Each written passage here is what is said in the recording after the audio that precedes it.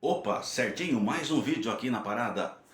Arqueólogo musical, canal de curiosidades musicais do passado. Quem fala aqui é o Basílio. Por volta de 1985, naquele ano, principalmente no Natal, que eu passava no Imirim, em São Paulo, na casa da minha avó, eu me lembro que duas músicas tocavam pra chuchu. Tempos depois fui descobrir quem que era o cantor, a banda. A banda era Starship. E as duas músicas eram We Built This Cine e Sarah, sendo mais franco. E o que aconteceu? Essas duas músicas tocaram pra chuchu no ano de 85, 86. O disco, aí foi descobrir o disco que chamava King Deep in the Hoopla. Mas o que acontece? Essa banda, depois que surge essa coisa de internet, tá na internet a biografia aqui, eu vou fazer só uma síntese rapidinha pra você, porque é curioso. A banda começou lá nos anos 60 com um cara que chamava Marty Bellin. Ele era instrumentista e também vocalista. E ele formou uma banda lá nos anos 60, entre outras que ele formou que não deu certo. Ele formou em 65, 66, junto com Jefferson Airplane. Aí o que aconteceu? Esse Jefferson Airplane, ele recrutou 6 membros e também tinha uma vocalista, Signe Tolle Anderson, o nome dela. Ela cantou eles gravaram o primeiro disco, foi difícil conseguir uma gravadora, mas conseguiram pela RCA Victor. Mas esse disco fez um sucesso relativo lá nos Estados Unidos, terra deles, lá na Califórnia. São Francisco, São Francisco. E o que aconteceu? Aí, um ano depois, já em 67, a vocalista, os dois vocalistas do grupo eram o Marty Belli e a Tolly Anderson. Ela engravidou e deixou o ramo da música. Aí eles recrutaram uma outra cantora para ficar no lugar dela, que foi a Grace Slick. Grace Slick, assim que o Jefferson Airplane começou a se projetar, ela tinha uma banda chamada High Society. Como é que é o nome da banda mesmo? Era Great Society, bem legal esse nome. Quem estava produzindo a banda dela era o Sly Stone, que eu já fiz um vídeo sobre eles aqui, Sly Family Stone. É uma banda norte-americana bacana pra caramba, interracial. Eu tenho um vídeo deles aqui. E o Sly Stone também foi produtor, estava produzindo a carreira da Grace Slick, da banda dela, Great Society. Mas rapidinho ela já foi pro ser vocalista do Jefferson Airplane, que estava já engatado, e assim foi. E eles gravaram o segundo disco, e no segundo disco estourou o mundo afora, que foi como é o nome do disco mesmo? É o Surrealistic Pillow, de 1967, pela RCA Victor. O gênero rock psicodélico, a voz da Grace Slick era bem assim uma Janis Joplin. Tanto é que elas eram amigas, mas era aquela coisa deveria ser aquela coisa de rivalidade, porque a voz dela era totalmente roqueira, pegou legal. Ela ficou E os dois sucessos desse disco de 67 foi Somebody to Love, escrita por um parente da Grace Slick, e também White Rabbit, música que foi escrita por ela mesma. As duas músicas estouraram. Aí rapidinho, até 70 a banda fez muito sucesso no rock psicodélico. Estourou, eles participaram do Monterey Festival de Rock em 67, participaram também do Woodstock. Já em 70, comecinho dos anos 70, a banda se desfez, porque a música também é um produto que vai ter que estar inovando, vai caindo. Já no começo dos anos 70, a banda se desfez, aí alguns poucos membros ficaram. Aí entrou aquela coisa de soft rock, um rock mais pausado, romântico. Eles foram um pouco por essa linha.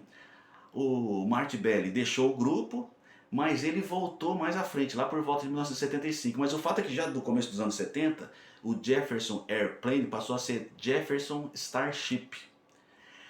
E eles gravaram na década de 70 8 discos.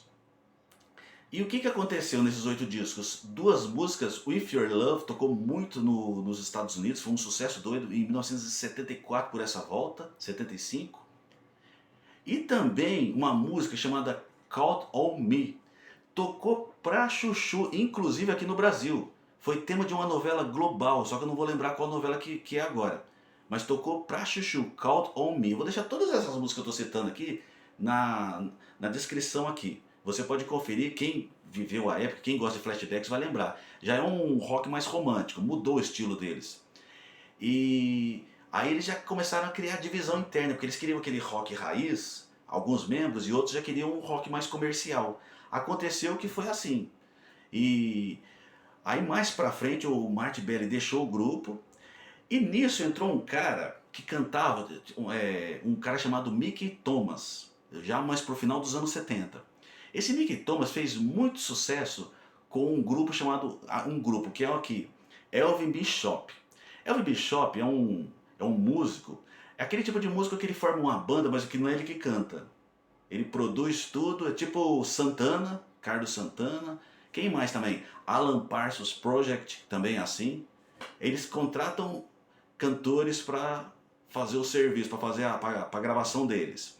E o Elvin Bishop foi assim. Aí eles tiveram uma música legal pra caramba, que eu não vou saber se tocou no Brasil. É, essa música foi Fooling Around and Fell in Love, de 1976, tendo o Mickey Thomas como vocalista principal.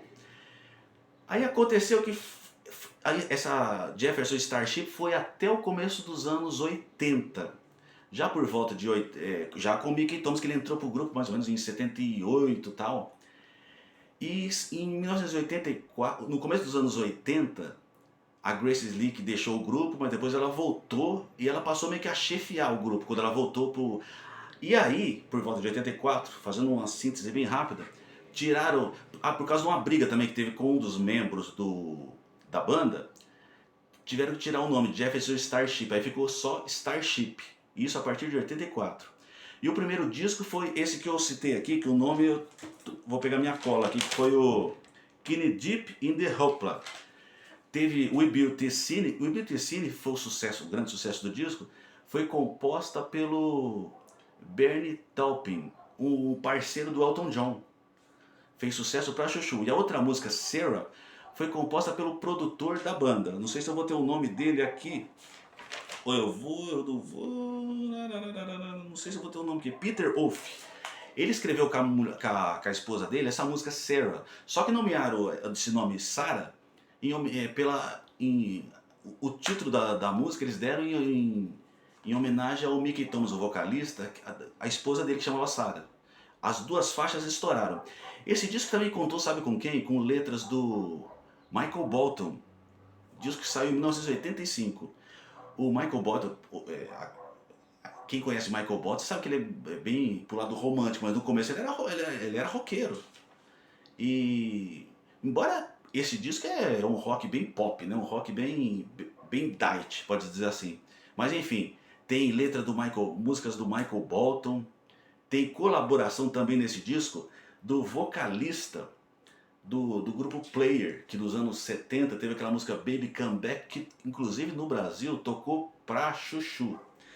Então o que mais que eu posso falar? Essa foi a história, basicamente resumida, do Starship, lá nos anos 60, Jefferson Airplane. Falando do Jefferson Airplane lá atrás, nos anos 60 ainda, dois detalhes. O baterista, eu não vou lembrar o nome dele aqui, assim, Spencer Dryden, já é falecido, o baterista original daquela fase. Ele era sobrinho do Charlie Chaplin, olha que curioso. E um outro detalhe que dizem, segundo a lenda, que o Jefferson Airplane tem um show bem bacana deles, que eles fizeram assim num telhado de um prédio, uma coisa assim.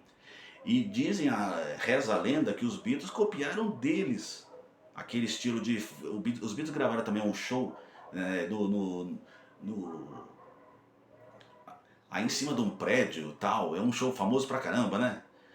Dizem que copiaram do Jefferson Airplane, porque tem vídeo deles aqui no YouTube, não sei se tiraram agora, mas é legal pra caramba.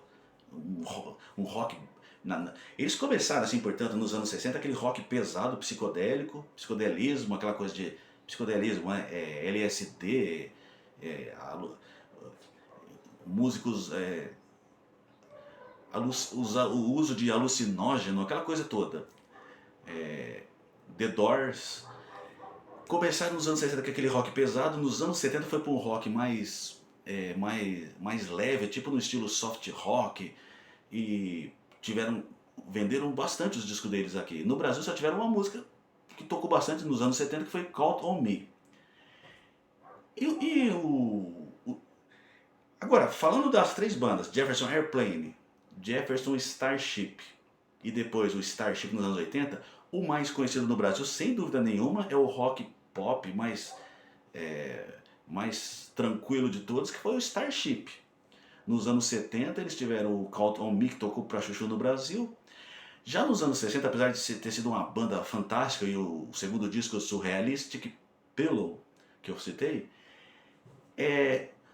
aqui em São Paulo pelo menos, rádios de rock, como você vai pegar, tipo assim, uma Rádio 89, Rádio Kiss, Transamérica, que toca rock, essas rádios tocam esse gênero, mas o povão do Brasil não chegou a conhecer os trabalhos do Jefferson Airplane, não. Conheceram mais uma música só do Jefferson Starship dos anos 70, que foi Count on Me.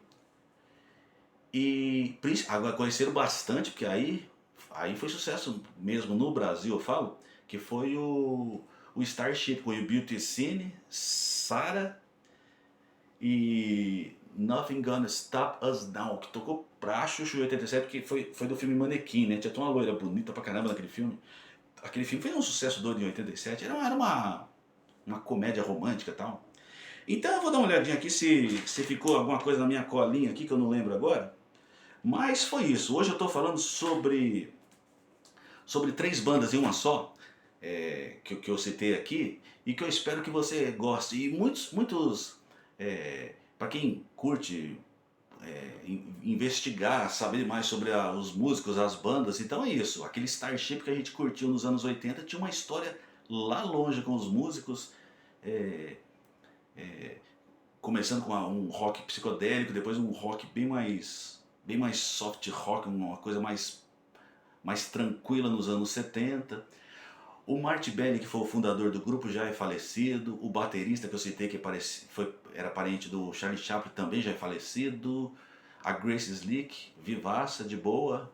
E olha que esse pessoal usou droga pra caramba, hein? O Mickey Thomas, de boa, vocalista que entrou no finalzinho dos anos 70. Mas ele é o Starship que fez sucesso. Aí ele canta as três músicas de sucesso dos anos 80 que eu citei. Ele faz dueto com a Grace Slick, mas foi show. Eu gosto tanto gosto muito do trabalho dele nos anos 60, nos anos 70. E agora, o que me marcou mesmo, porque foi a época que eu vivi, eu não posso falar, que eu era moleque na época, tocou pra chuva, o Starship propriamente dito. Quem falou aqui foi o Basílio, espero que você tenha gostado. Antes de finalizar o vídeo, vou ver se eu não esqueci nada aqui, porque às vezes eu esqueço um detalhe interessante, então eu acho que não, viu? Eu acredito que eu falei o que eu precisava falar aqui, mas enfim, é isso. A faixa Love Hurts, escrita por Taupin, contou com o vocalista do Player. É isso mesmo. E nesse disco que eu citei de 85, o primeiro da fase já Starship. Ah, e contou também nesse disco, sabe com quem? Com o Clem Fisher. É um cantor assim, até então ele fez voz de apoio nesse disco, mas lá por volta de 88, ele teve uma música que estourou no Brasil, que foi Love Changes Everything, que saiu até na novela Fera Radical, na trilha internacional da novela. Muito bem, um abração, até o próximo vídeo, valeu!